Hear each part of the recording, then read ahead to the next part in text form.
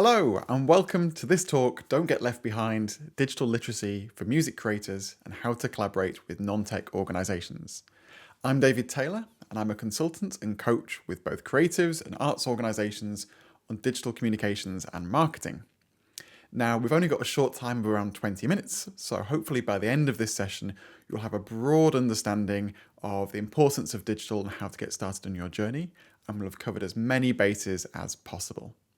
Also, there's a lot of information, so this is designed for you to pause as you go along and to read more of the information on the slides if we haven't covered it in full. So do remember you can pause and watch things back as we go.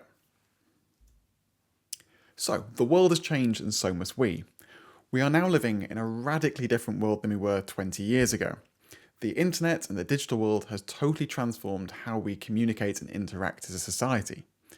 Now, it's really important just to take note of how revolutionary this is because it really explains just why we're finding things a little bit difficult and also why our customers and our audiences are wanting something a bit different from us.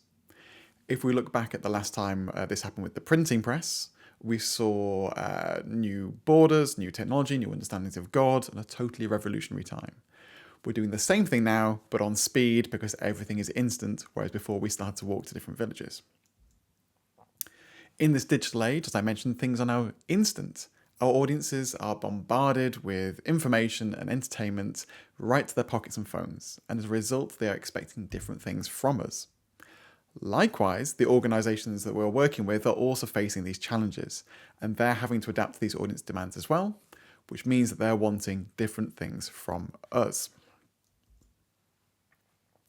Moving forward, the industry is going to want different things from us as artists and creatives and composers.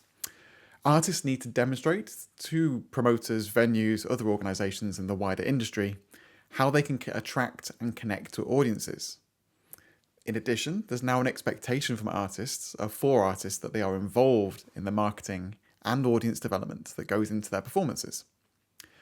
Promoters, bookers, orchestras, etc. are all actively looking for artists with either an existing following line or, more importantly, the skills to create content as well.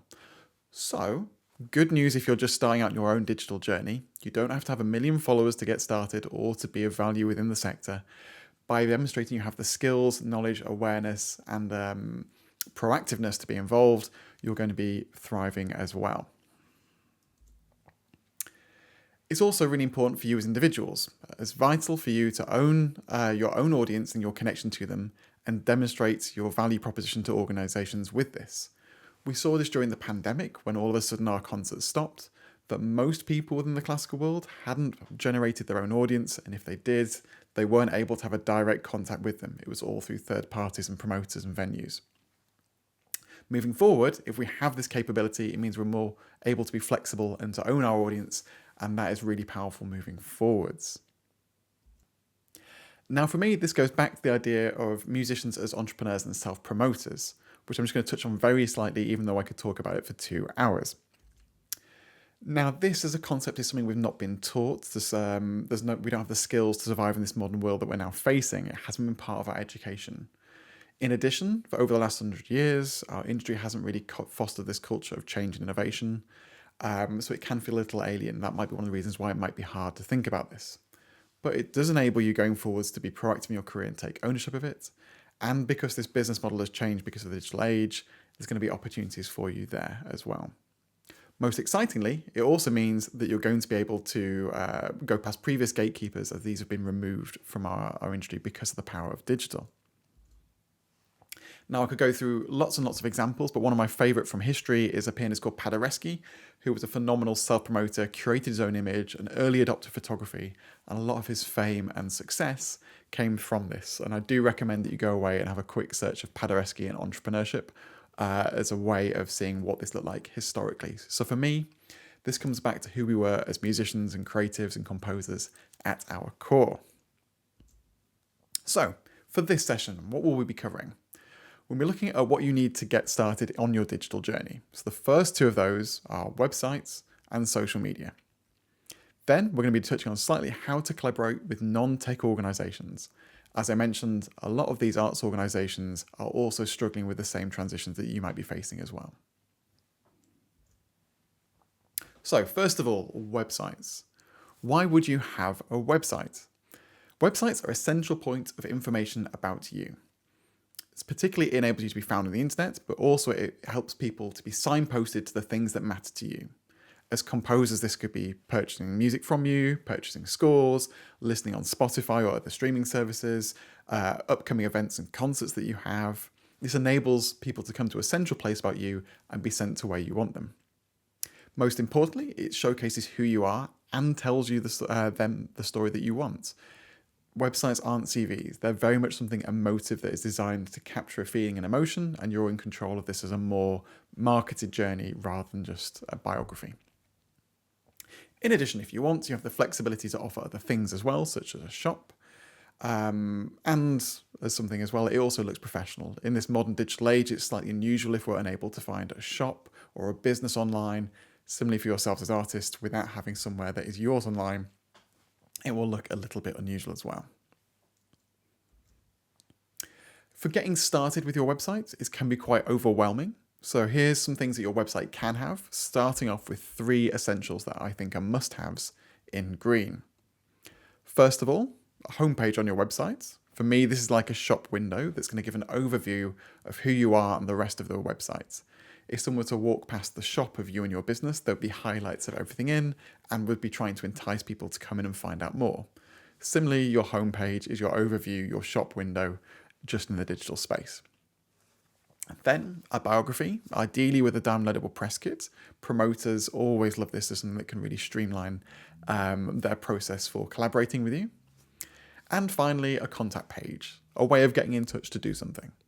If you have those 3 pages made, something nice and simple, your website will be already up and running and raring to go. But from there, you have some optional extras that you can add to really spice things up or to showcase more of who you are and what you do. These can include a gallery of photos, audio in your music, videos, social media links, and then there's loads of extras such as a shop, resources, merchandise, recordings, extra content, repertoire lists. There's so much more that you could potentially add into your website as well.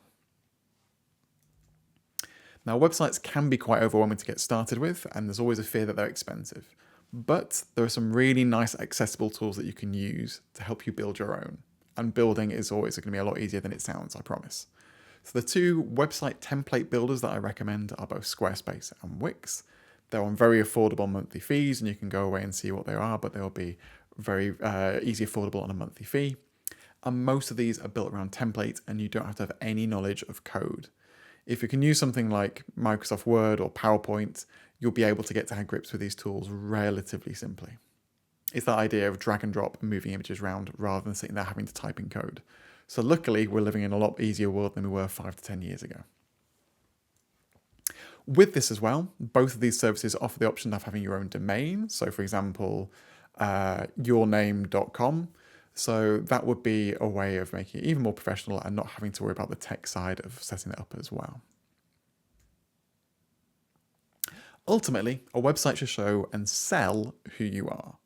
Like I mentioned earlier, these are not technical biographies. These are something that are set up to help you sell the things that you offer to people and you as an artist and an entity. So do feel free to make it emotive, interesting, exciting, visually appealing to really maximize the opportunity that you have on your website. So moving into the bulk of this talk today, which is social media. There's a lot to fit in here, so we will be going through at speed. So please, again, feel free to pause and read things back that are on the screen if I haven't covered them in full. One thing I think that's really useful to think about first is our approach to social media and how we define it. Social media is your audience relationship tool going forward. This is how you connect to fans, promoters, organizations, and that is a much more positive way of framing this going forwards rather than thinking of this as being promotion, marketing, advertising. Having this as an audience relationship tool is also going to really set up a powerful mentality that works going forward in how you use the platforms and ultimately will be more effective as well. So what we're going to do now is run through each platform at speed. So again, do feel free to pause just to give you a highlight of what each of the platforms are and some of their strengths and opportunities. Now, Facebook is probably the best known. It's certainly the oldest and probably the most revolutionary in our society. It's a very flexible platform, so you can have the option of mixture of text, images, and videos. Facebook adverts for connected audiences are also very cheap and easy to use. And there's also lots of additional features such as events, groups, live streaming. And as a result, this is really useful for building communities. It's really important as well to make sure you have a Facebook page and not a profile. A profile is a personal account on Facebook, whereas a page is this more public facing side of things. In particular, it's going to be really easy for organizations to tag your page, and also it's a more professional way for audiences to connect to you. Your profile is something that is personal, and also technically with the profile you can only reach 5,000 friends, and it breaks Facebook's terms and conditions for using it as a business as well. So there's a couple of things to factor in for making sure you have a page. YouTube is also one of the best known social media platforms. It's heavily focused on video, as you can imagine.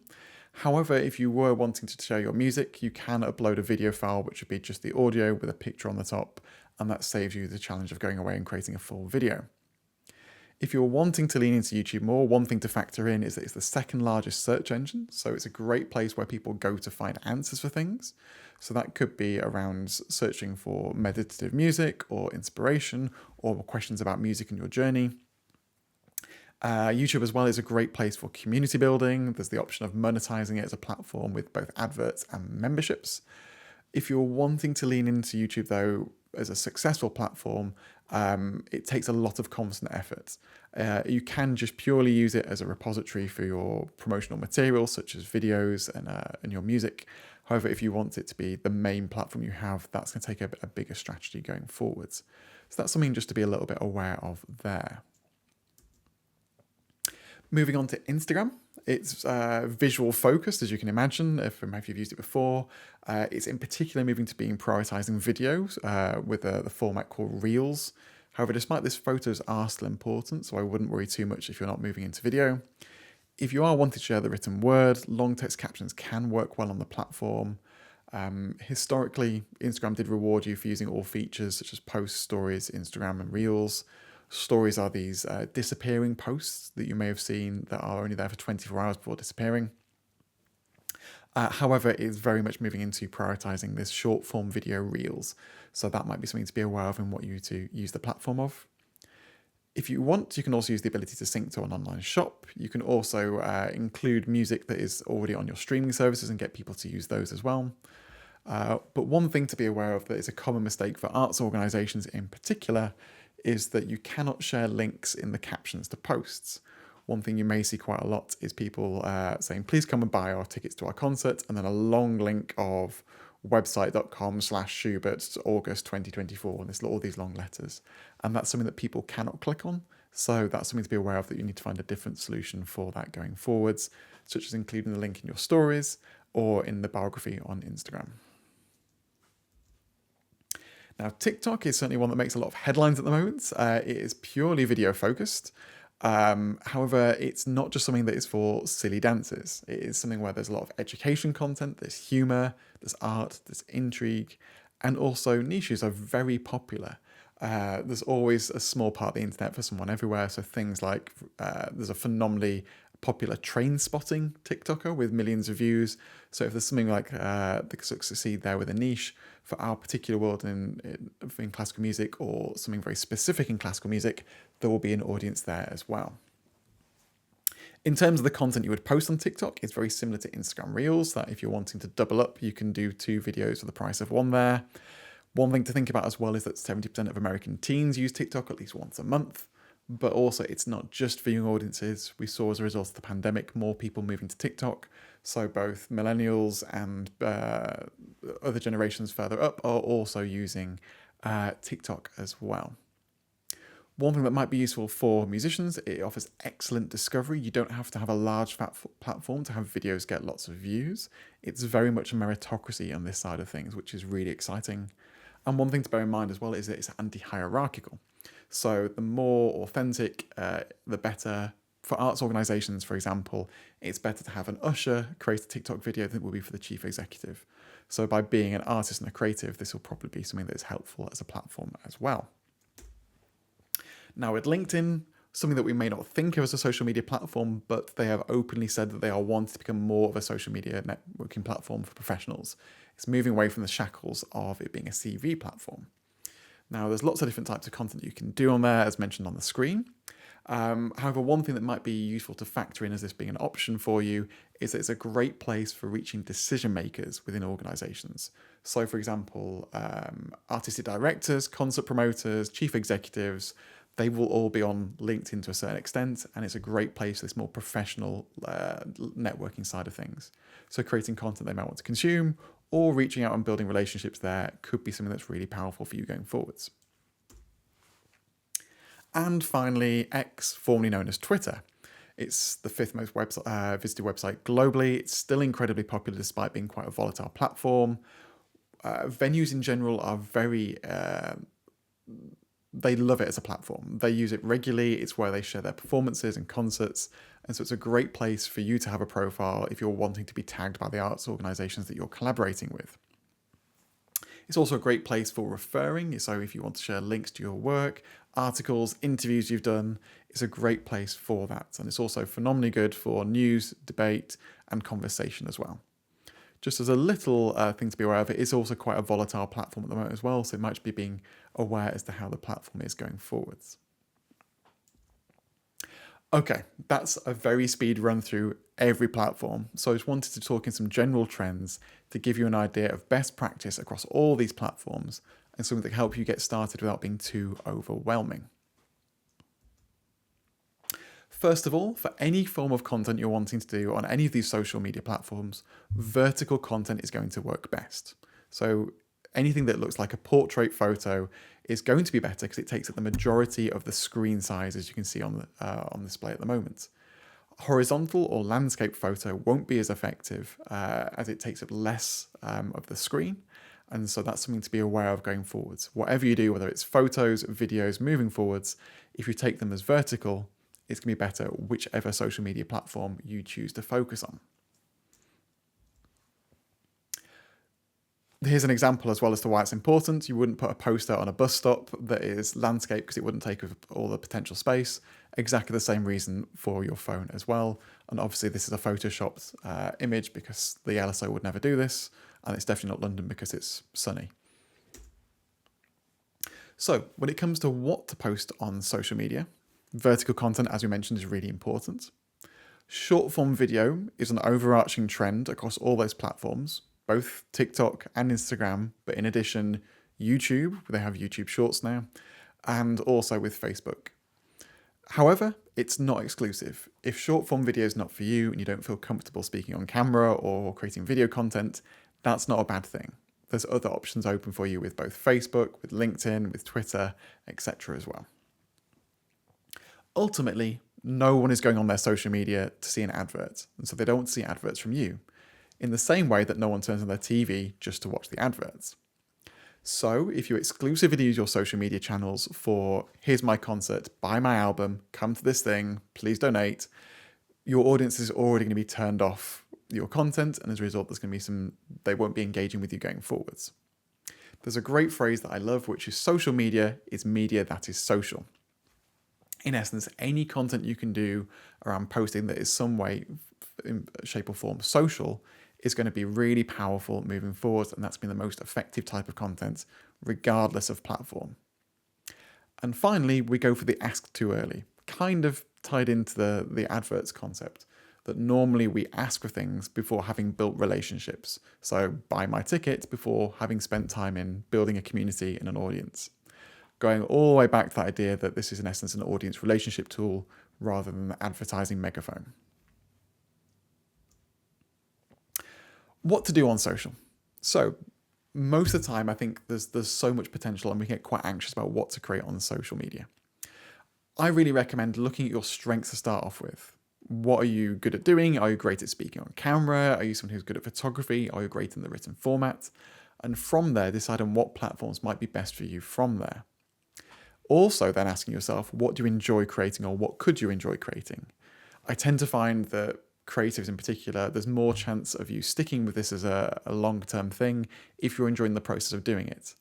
If it's going to be pulling teeth and it's something that you're not enjoying and it's horrible the whole time, it's less likely to be sustainable. And sustainable is the main thing we want to do going forwards. You can also think about what your audience enjoy, what do they want going forwards, and that could be a nice way to tweak it in terms of what they'll be looking for.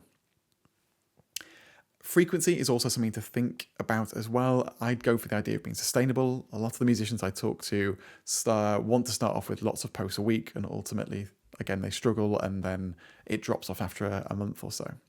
So making sure that what you're doing is sustainable for the long term is going to be really important. You can also ask yourself how you can create a community. What would it look like to have your audience being engaged as part of this as well?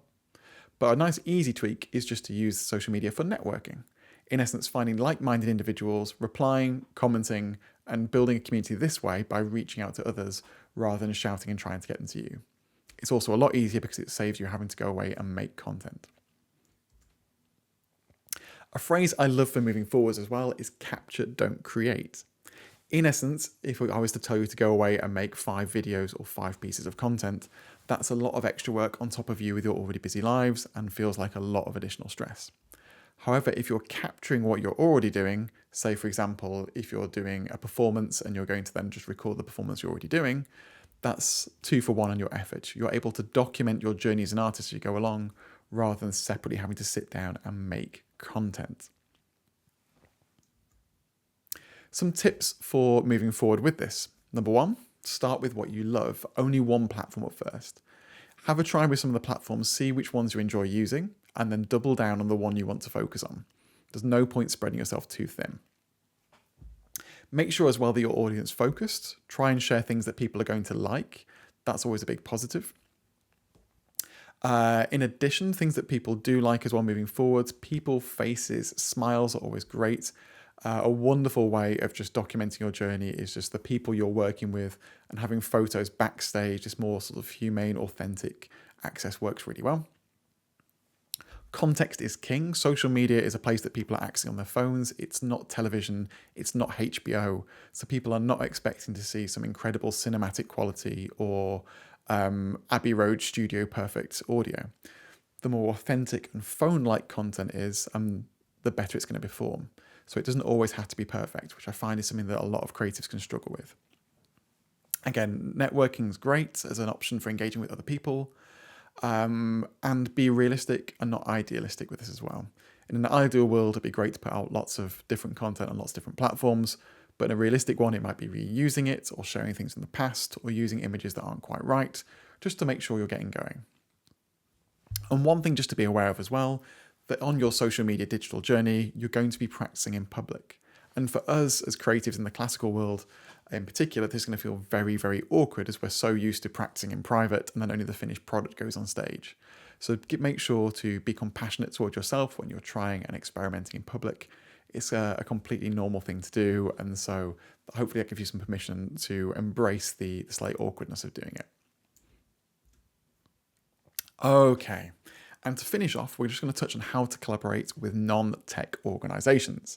The majority of the organizations you'll be working with will be non-tech focused, whether they are venues, promoters, publishers, etc. Similar to yourself, these organizations have been going through a difficult time in their transition to digital. So they'll be facing a lot of the same challenges, and they've also been slow to adopt some of this new world that we've gone as well. However, when you're collaborating with these organizations, it's likely you're going to want as much as possible from them. So this could be photos and videos from performances, collaborative marketing posts with your label or publisher, being tagged on socials, and in essence trying to maximize the reach and the prestige or the audience that they currently have in order to further your journey. However, most organizations have a level of digital illiteracy. Many struggle with creative ideas, and getting them on board with ideas can usually be quite hard. Even those who are specialists in marketing departments, I find, do struggle with this. And this is the same for scale of organization and geography as well. So, a couple of tips as to how to navigate this world if you're coming up with resistance from non-tech organizations. First of all, show, don't tell. If you're pitching a project and wanting them to create content to share to promote your event or your recording or your compositions, etc., if you ask them or tell them, here's some promotional ideas, that's going to be quite tricky. But showing them visual examples, either from yourself in the past or from other musicians and composers, can be really helpful to get them on board. If they see what it's like, they usually can understand it a lot more than just being told it as a conceptual idea. This is particularly powerful for those outside of the marketing team, but I found in particular it's also helpful for those within it as well. One thing that's also useful is presenting A, B, and C options. So for example, I would love to, when I'm doing my grand premiere with you, to do some social media projects. Here are 3 things I would love to do with as a potential when you're there. I'd love to hear what would be most appropriate for you. So that in essence, they're trying to find what's going to work within them and they can kind of see what there is. So it's never a yes or no answer. There's options of what you can do going forwards. This is great to have as a template for going to different promoters as well. So it's something that you feel confident in either doing or you're comfortable in creating. And also you can start to build up a system going forwards for it. As a final thing, find some ways to do the work. Then in essence, if you're able to say, I would like to turn up and create a social media video with you, this is what I would like to do myself. It's a lot easier than saying, please can you come and do filming of me for 4 hours with 5 of your staff. They're more likely to say yes to your project and collaboration ideas if the barrier to entry is low and it's easy for them to do. All of these organizations are time and resource poor, so it's important to make sure this is an easy and low-hanging fruit as possible moving forwards. So anything you can do to really ease the wheels is going to be really important. Okay, so we've covered a lot in a very short period of time, so I hope this gives you a lot of information to go back and process, and hopefully a starting point for furthering your journey. One thing to finish on is that the positive of this being a digital world is there's so much information out there as to what to do in your journey. So I'd really advise being curious and going away and searching for specific things when you come up with either individual challenges or you're looking for inspiration and further more detailed information. If you'd like to connect, you can either scan the QR code on the screen or find me on my website, and please do feel free to reach out with any questions you might have as well.